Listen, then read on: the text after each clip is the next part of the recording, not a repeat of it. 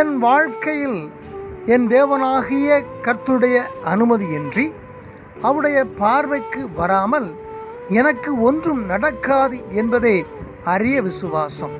ஆம், எத்தனை முறை நாம் பயப்பட்டு கொண்டிருக்கிறோம், எத்தனை முறை கவலைப்பட்டு கொண்டிருக்கிறோம், எதையெல்லாமோ நினைத்து குழம்பிக் கொண்டிருக்கிறோம்.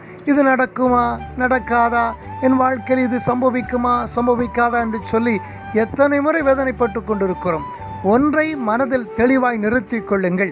என் தேவனாகிய கர்த்தருடைய தயவின்றி, குறிப்பாய் சொல்லப்போனால் சர்வ வல்லமையுள்ள தேவனாகிய என் ஆண்டவருடைய பார்வைக்கு வராமல் எதுவும் என் வாழ்க்கையில் நடக்கப் போகிறதில்லை, அவருடைய அனுமதியின்றி எதுவும் என் வாழ்க்கையில் வரப்போகிறதில்லை என்கிற தைரிய விசுவாசம் இருக்குமையானால் எதை குறித்தும், எந்த காரியத்தை குறித்தும், எந்த சூழ்நிலையிலும் நமக்கு பயம் ஏற்படாது என்பதை தெளிவுபடுத்த விரும்புகிறேன்.